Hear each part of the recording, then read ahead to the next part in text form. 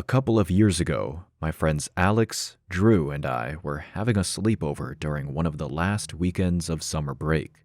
We'd been friends since middle school, and nights like this always felt like a tradition.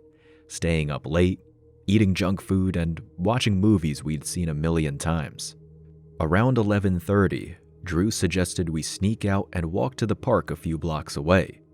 I lived in a small, quiet neighborhood where nothing ever really happened, so it felt harmless. None of us wanted the summer to end on a boring note, so we agreed. By midnight, we were walking down the road, laughing and joking, keeping our voices low but not low enough. The streetlights cast long shadows, and the occasional sound of cicadas filled the air. The park was about a 10-minute walk, and nothing about the trip there felt unusual. We spent about 45 minutes at the park, messing around on the swings and talking about everything: school, crushes, whatever came to mind. It was just a typical summer night. When we decided to head back home, it was close to 1 a.m. The walk back started off normal. The streets were completely empty, and the only sounds were our footsteps and the occasional rustling of leaves. As we turned onto a long, narrow road lined with trees, we noticed headlights up ahead. A car was parked at the far end of the street, idling near a stop sign. At first, we didn't think much of it, but as we got closer, the car didn't move. It just sat there. No one else was around, and no other cars were passing through. Alex joked that maybe someone was lost or waiting for directions, but something about it felt off. As we walked past the car, we glanced at it, trying to act casual. It was an old black sedan, the kind that looked like it belonged in a bad 80s movie. The windows were tinted, so we couldn't see inside. That's when Drew whispered that they were watching us. "What?" I asked. Drew said he saw someone move in the driver's seat. We kept walking, trying to act like we didn't notice anything, but my heart was pounding. Then, out of nowhere, the car's engine revved, and it started creeping forward. Alex laughed nervously and said that they were probably just leaving, but they weren't.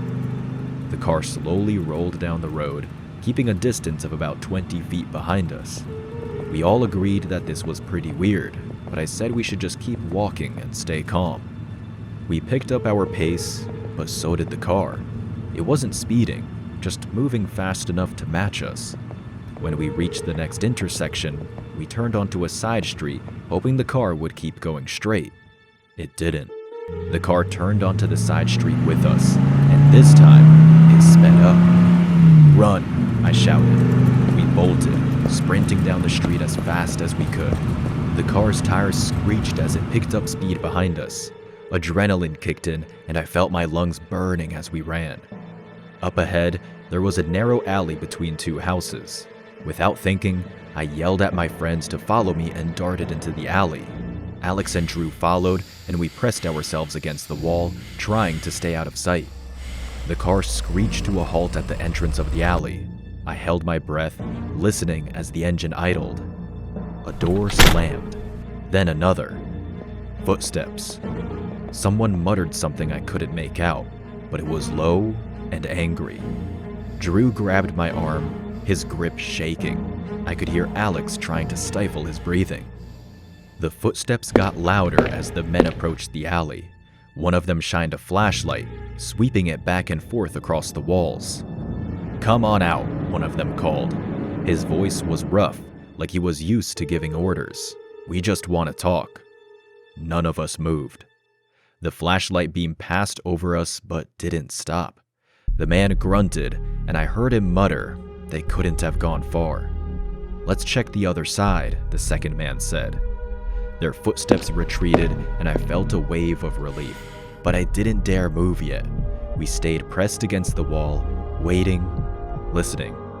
After a few minutes, the car's engine revved again, and I peeked around the corner. The sedan was backing out of the alley, its headlights sweeping across the street. It turned around and sped off in the opposite direction. We waited another few minutes, just to be sure, before sneaking out of the alley.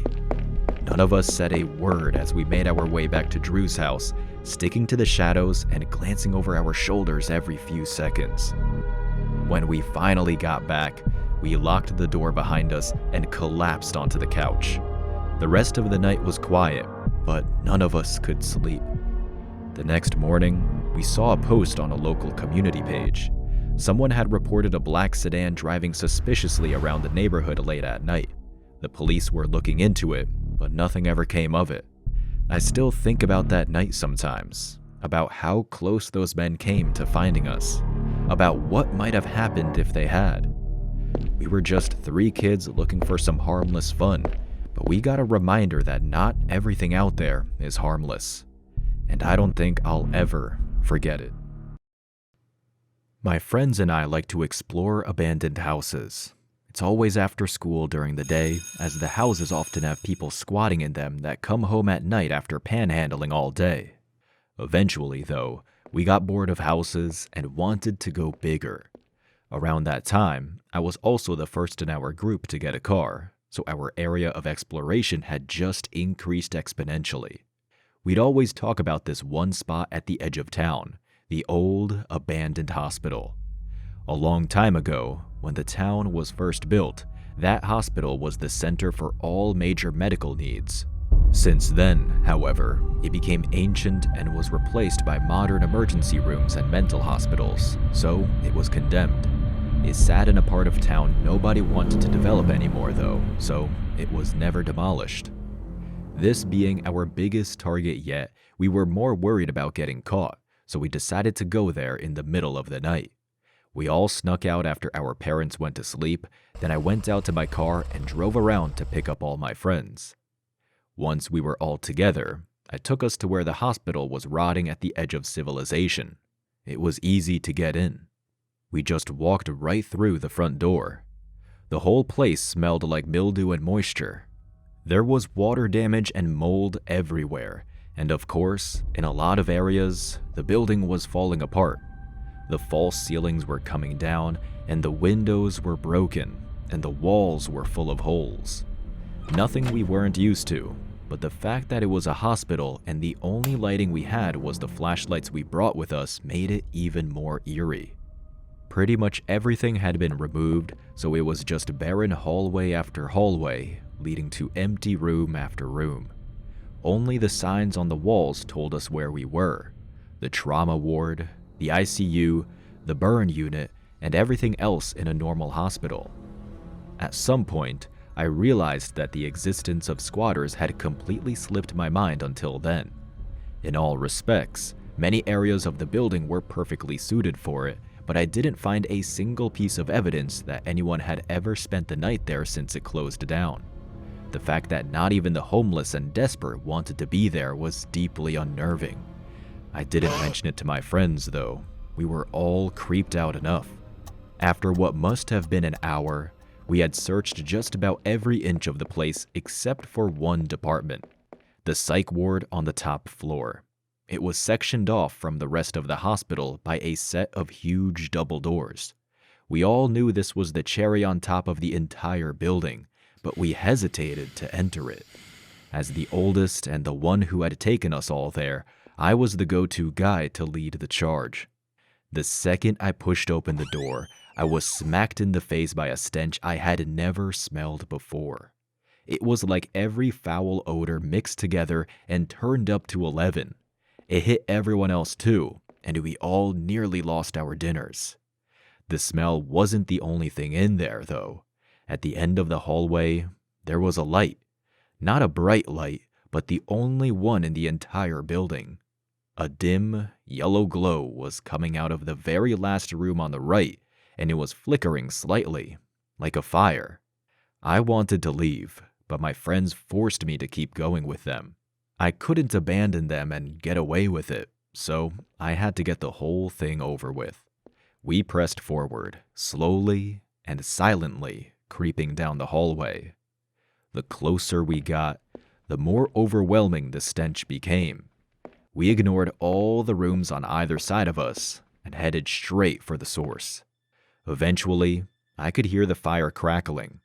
I crept up to the doorway and hesitated again before looking in. My friends whispered at me to look, so I worked up the courage to peek around the corner, and then I saw something I'll never get out of my head. It was an old padded cell, littered with bones of all different sizes. The padding was soaked with blood, urine, and feces, dissolved together and rotten into the most toxic, disgusting filth imaginable.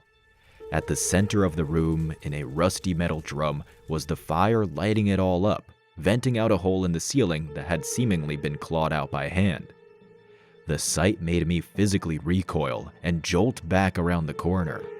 My friends frantically asked me what was in there, but when I turned back, I saw someone behind them, standing just a few feet away.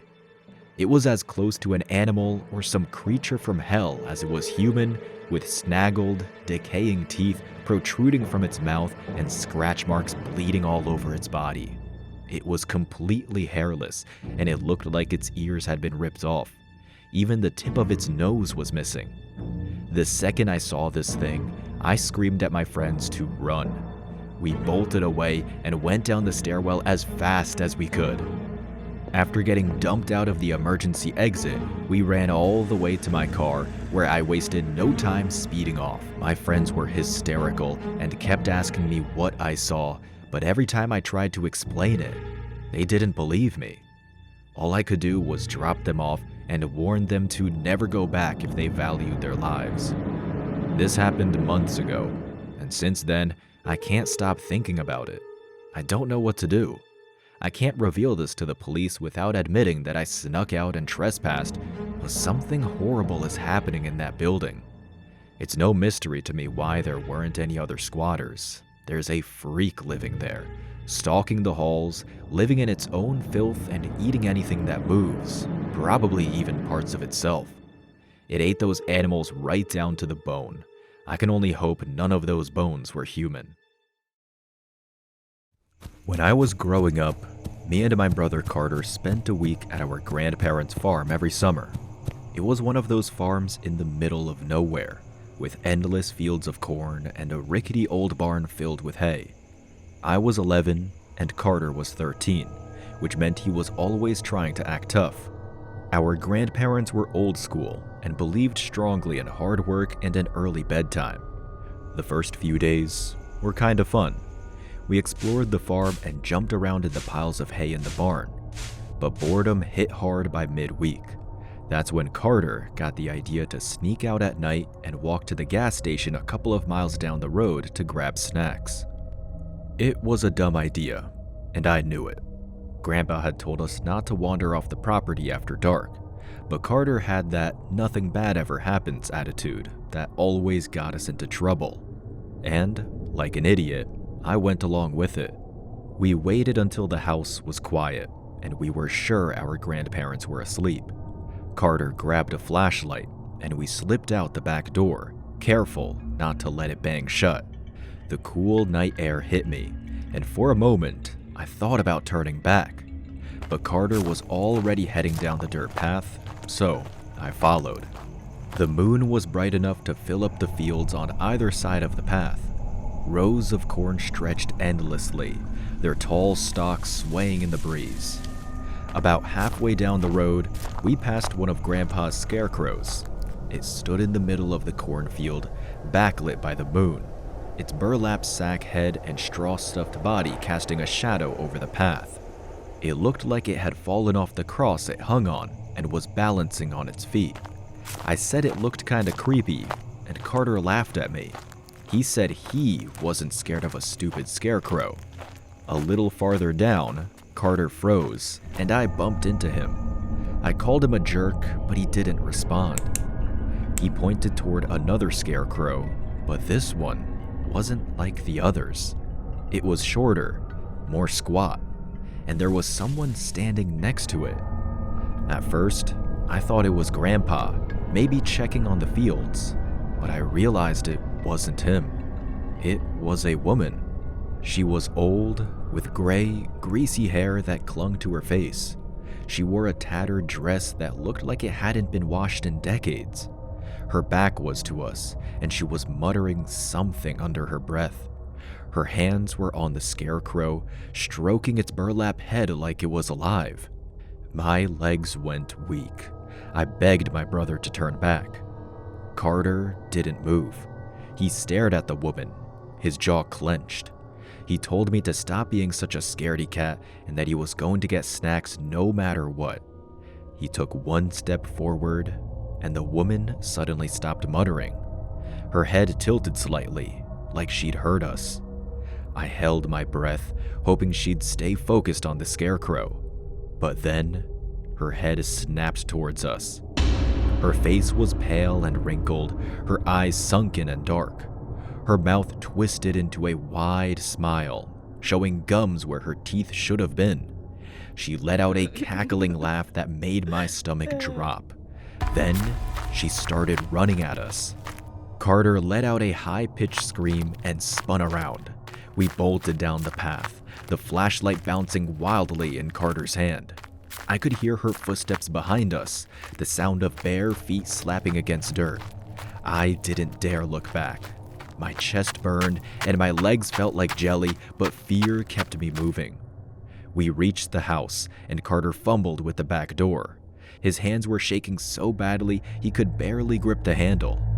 I kept glancing over my shoulder, expecting to see her right behind us, but when I finally looked, she wasn't there.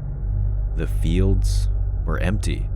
Carter yanked the door open, and we stumbled inside, slamming it shut behind us. We stood there, gasping for air, listening for any sign of her outside. But all we could hear was the hum of the old refrigerator in the kitchen. Our grandpa came down in his robe. He was pissed at us for sneaking out, so we didn't tell him about the woman. After a thorough talking to, he sent us to bed. Me and Carter lay in our beds, covered up to our chins, thankful to be back inside the safe, locked house. I thought the scary part of the night was over, but then I heard a tapping at the window. I felt the breath get sucked out of my chest.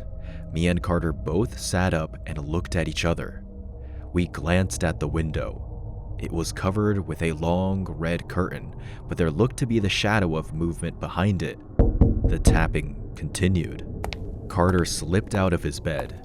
I hissed at him to get away from the window, but he ignored me. He crept toward it, his hand reached out. Carter yanked back the curtain. Moonlight spilled in the room, and I saw something that still terrifies me to this day. The woman stood at the window, her nose pressed against the glass, and beside her was a scarecrow. Only it wasn't a scarecrow at all, but a dirty man wearing the clothes off of one of my grandpa's scarecrows. He tapped a grimy finger against the glass, grinning wide. To my horror, I realized that the scarecrow me and Carter had seen standing on its feet was the man in front of us. He'd been watching us. Carter and I both screamed. The two freaks began to cackle. Me and Carter ran to my grandparents' bedroom, but by the time we all got back, they were gone. Me and Carter finally told our grandpa the whole truth. He was understandably upset, but more focused on finding out who those weirdos were. My grandma called the cops while my grandpa talked to us, and they came and looked the whole farm over. They didn't find the old people. The only thing out of order on the farm was one of my grandpa's scarecrows tossed to the ground with its clothes ripped off. Even now, years later, I still think about that night. Every time I visit Grandpa's farm, I find myself glancing at the scarecrows, half expecting it to turn into that man and for the woman to appear beside him.